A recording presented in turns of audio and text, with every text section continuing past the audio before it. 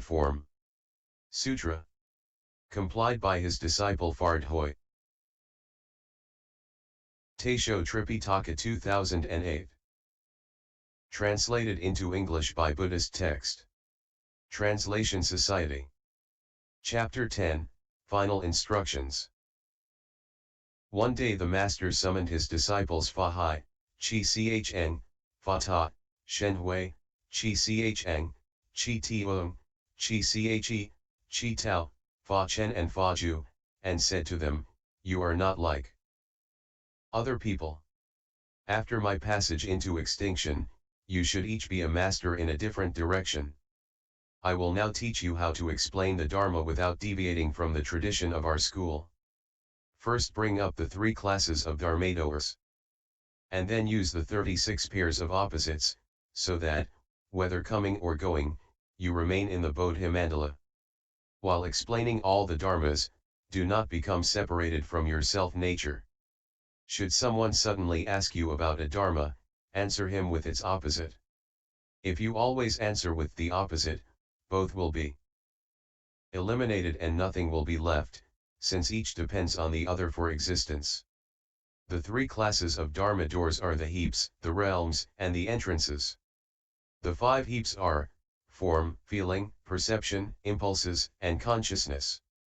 The 12 entrances are the 6 sense objects outside, forms, sounds, smells, tastes, tangible objects, and objects of the mind, and the 6 sense organs within, eye, ear, nose, tongue, body, and mind.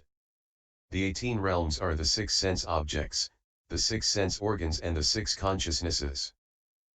The self-nature is able to contain all dharmas, it is the store enveloping consciousness.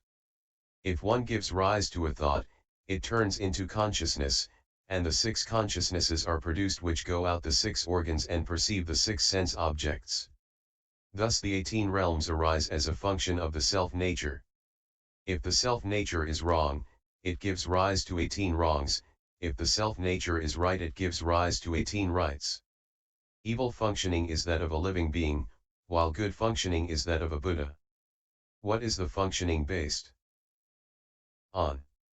It is based on opposing dharmas within the self-nature.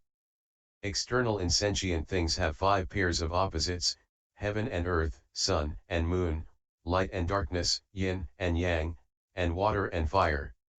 In speaking of the marks of dharmas one should delineate 12 opposites, speech and dharmas, existence and non-existence, form and formlessness, the marked and the unmarked, the presence of outflows and the lack of outflows, form and emptiness, motion and stillness, clarity and turbidity, the common and the holy, membership in the Sangha and membership in the laity, old age and youth, and largeness and smallness.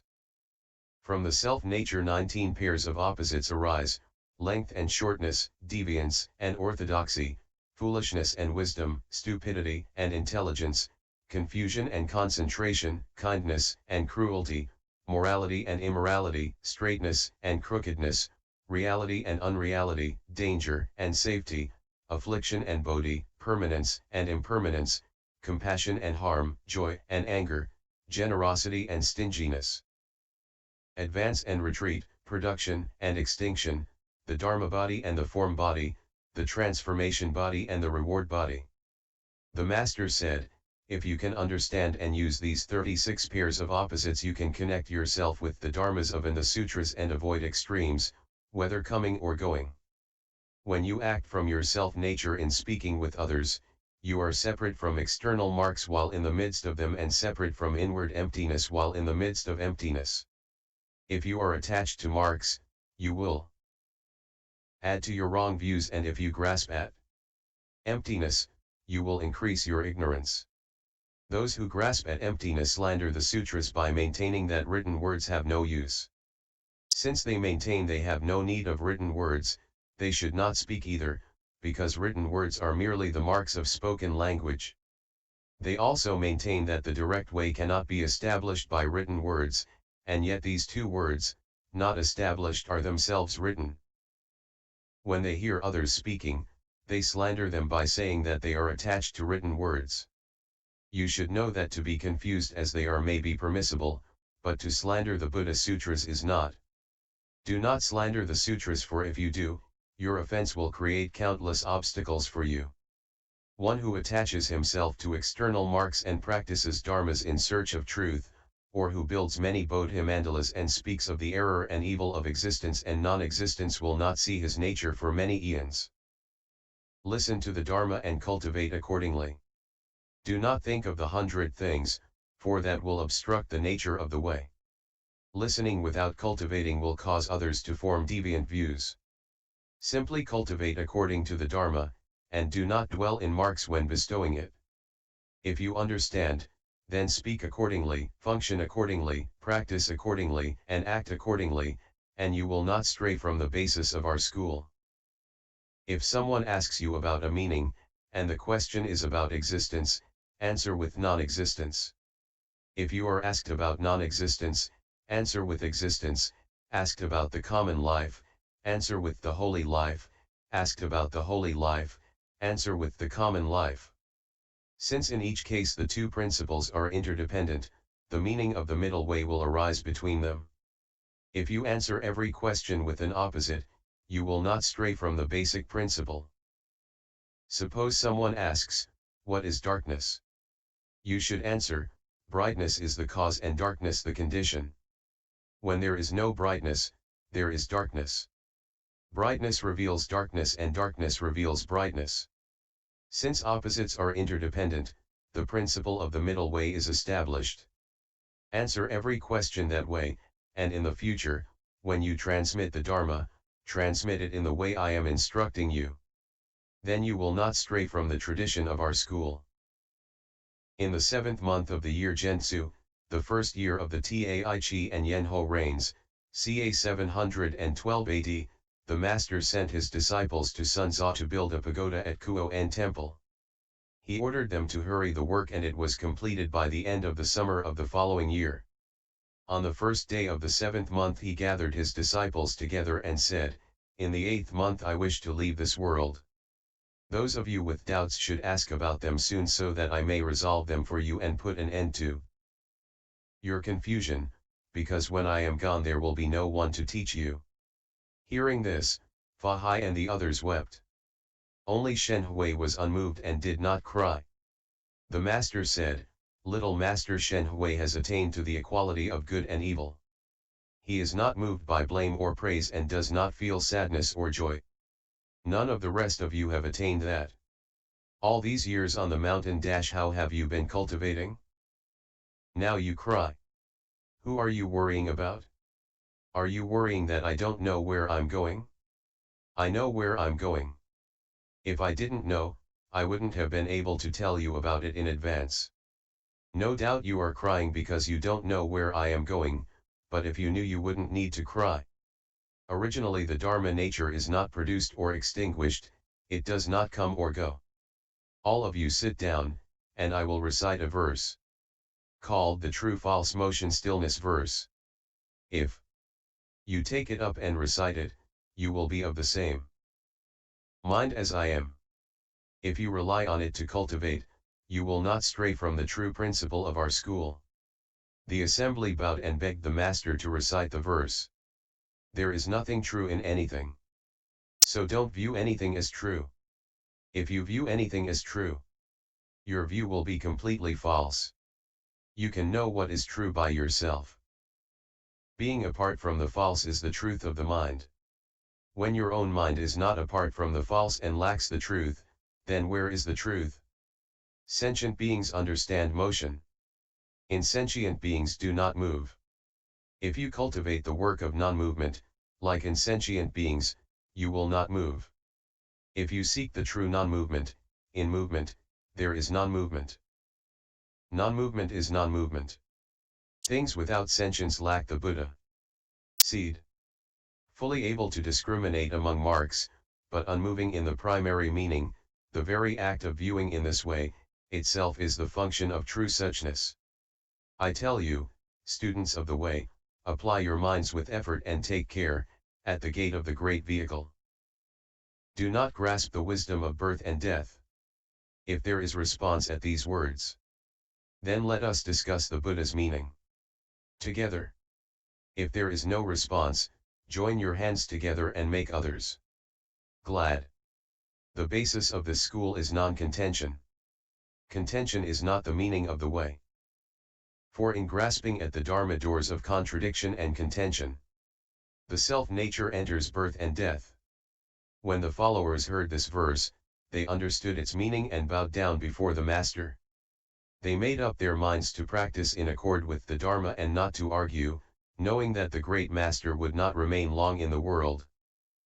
The senior seated Fahai bowed again and asked, after the High Master enters extinction, who will inherit the robe and Dharma? The Master said, since the time I lectured on the Dharma in the Ta Fan Temple, transcriptions of my lectures have been circulated. They are to be called the Dharma Jewel Platform Sutra. Protect and transmit them in order to take humankind across. If you speak according to them, you will be speaking the orthodox Dharma. I will explain the Dharma to you, but I will not transmit the robe, because your roots of faith are pure and ripe. You certainly have no doubts and are worthy of the great work. According to the meaning of the transmission verse of the first patriarch Bodhidharma, the robe should not be transmitted. His verse said, originally I came to this land, transmitting Dharma, saving living beings. One flower opens, 5 petals end. The fruit comes bare of itself. The Master added, all of you good knowing advisors should purify your minds and listen to my explanation of the Dharma. If you wish to realize all knowledge, you must understand the samadhi of one mark and the samadhi of one conduct. If you do not dwell in marks anywhere and do not give rise to hate or love, do not grasp or reject, and do not calculate advantage or disadvantage, production and destruction while in the midst of marks, but instead remain tranquil, calm, and yielding, then you will have achieved the samadhi of one mark. In all places, whether walking, standing, sitting, or lying down, to maintain a straight and uniform mind, to attain the unmoving Bodhimanda and the true realization of the Pure Land. That is called the samadhi of one conduct. One who perfects the 2 samadhis is like earth in which seeds are planted, buried in the ground, they are nourished and grow, ripening and bearing fruit. The one mark and one conduct are just like that. I now speak the Dharma, which is like the falling of the timely rain, moistening the great earth. Your Buddha nature is like the seeds which, receiving moisture, will sprout and grow. Those who receive my teaching will surely obtain Bodhi, and those who practice my conduct will certainly certify to the wonderful fruit. Listen to my verse. The mind ground contains every seed, under the universal rain they all sprout flower, and feeling sudden enlightenment, the Bodhi fruit accomplishes itself. After speaking the verse, the Master said, Dharma is not dual nor is the mind, and the way is pure and without mark. All of you take care not to contemplate stillness or empty the mind. The mind is basically pure and does not grasp or reject anything. Each of you work hard, and go well, in harmony with circumstances. At that time, his followers made obeisance and withdrew. On the 8th day of the 7th month, the Master suddenly said to his disciples, I wish to return to Sunza. Quickly ready a boat and oars. The great assembly entreated him earnestly to stay, but the Master said, all Buddhas appear in the world and then are seen to enter nirvana. This body of mine must return somewhere. The assembly said, Master, you are leaving, but sooner or later you will return. The Master said, falling leaves return to the root. There was no day on which I came. They further asked, who has received the transmission of the right Dharma I treasury? The Master said, the one who has the way obtains it, the one without a mind penetrates it. They further asked, in the future, there won't be any difficulties, will there?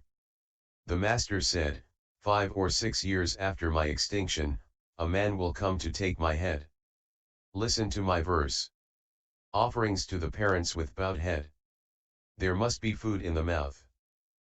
When the difficulty of man is met, the officials will be Yang and Lu. The Master also said, 70 years after my departure, 2 bodhisattvas, one who has left home and one who is a layman will simultaneously come from the east to propagate and transform. They will establish my school, build and restore monasteries, and glorify the Dharma for its heirs. The assembly made obeisance again and asked, "Will you please let us know for how many generations the teaching has been transmitted?" Since the first Buddhas and patriarchs appeared in the world. The Master said, "The Buddhas of antiquity who have responded to appear in the world are numberless and uncountable. But now I will begin with the last 7 Buddhas. In the past adorned eon there were Vipassana Buddha, Shikan Buddha, and Vishvabhu Buddha. In the present worthy eon there have been Krakachanda Buddha, Kanakmuni Buddha, Kashyapa Buddha, and Shakyamuni Buddha. From Shakyamuni Buddha, the transmission went to Arya Mahakashyapa, Arya Ananda, Arya Sanakavasa, Arya Upagupta, Arya Tridaka, Arya Mikeka, Arya Vasumitra, Arya Buddhanandi, Arya Buddhamitra, Arya Parshva, Arya Punyayashas, Mahasattva Ashvayosha, Arya Kapimala, Mahasattva Nagarjuna, Arya Kanadeva, Arya Rahulata, Arya Sananandi, Arya Gayashata, Arya Kumareta, Arya Jada, Arya Vasubandhu, Arya Manarita, Arya Hakalna, Arya Singha, Arya Bhajiasada, Arya Punyamitra, Arya Prajnatara, Arya Bodhidharma, Great Master Hui Ko, Great Master Sentizan, Great Master Tao Hsin, Great Master Hung Jen, and I, Huineng, am the 33rd Patriarch. Thus the transmission has been handed down from patriarch to patriarch. In the future transmitted accordingly from generation to generation. Do not allow it to become extinct. The assembly heard and faithfully accepted what the Master had said, bowed, and withdrew.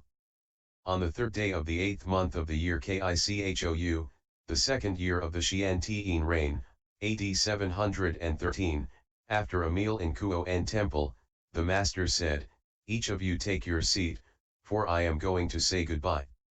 Fa Hai said, "What teaching Dharma will the High Master leave behind so that confused people can be led to see the Buddha nature?" The Master said, "All of you please listen carefully.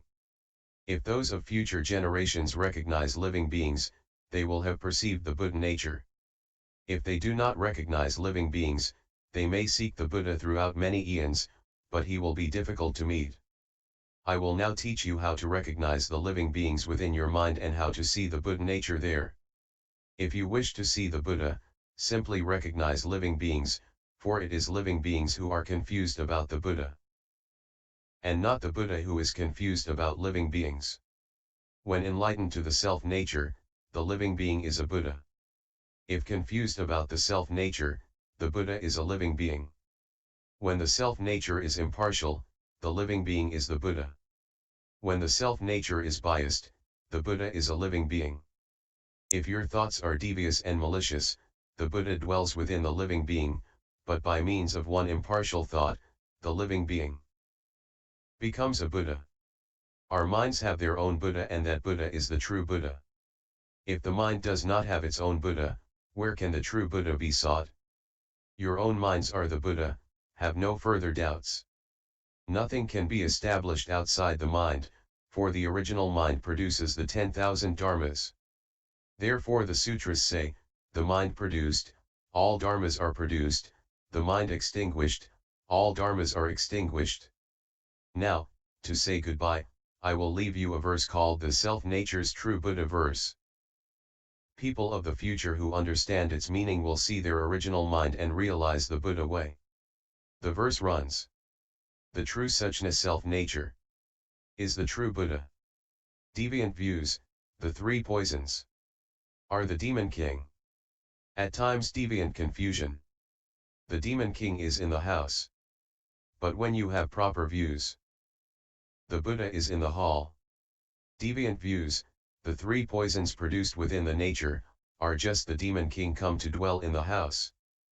Proper views casting out 3 poisons of the mind transform the demon into Buddha. True, not false.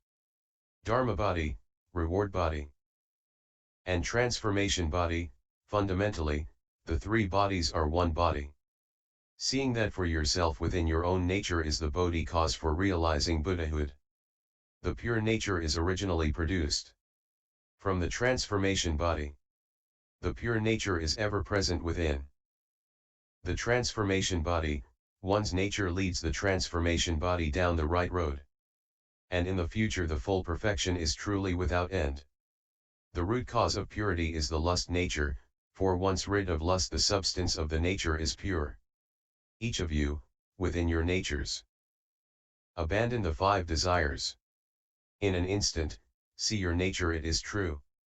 If in this life you encounter the door of the sudden teaching, you will be suddenly enlightened to your self-nature, and see the honored of the world. If you wish to cultivate and aspire to Buddhahood, you won't know where the truth is to be sought, unless you can see the truth within your own mind. This truth which is the cause of realizing Buddhahood. Not see your self-nature but to seek the Buddha outside. If you think that way, you are deluded indeed.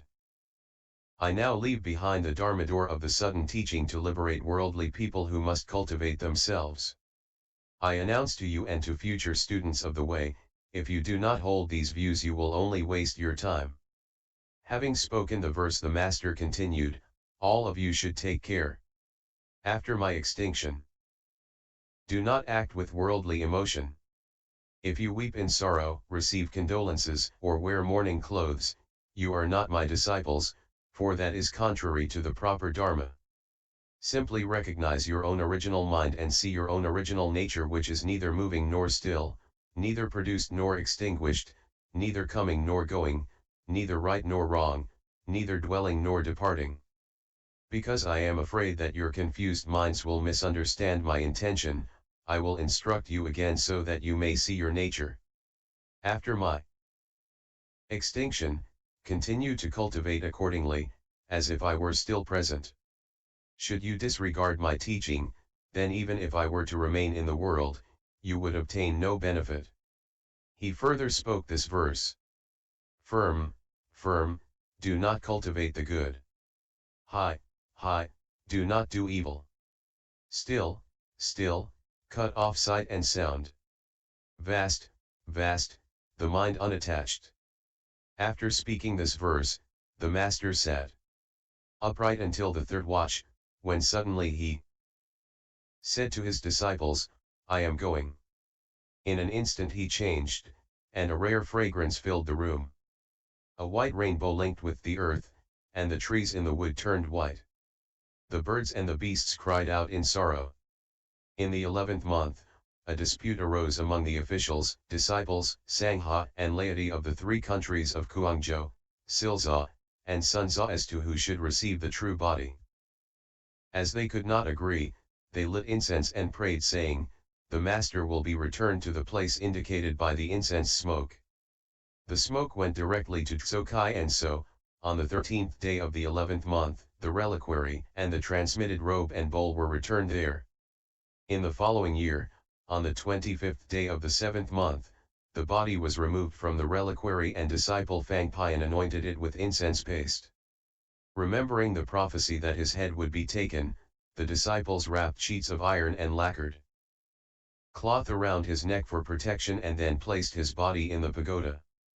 Just then a white light appeared within the pagoda, shot up into the sky, and did not fade for 3 days. The magistrate of Silza reported this to the emperor and received an imperial order to erect a stone tablet commemorating the Master's conduct in the way. The Master's springs and autumns were 76. The robe was transmitted to him when he was 24, and when he was 39 his hair was cut.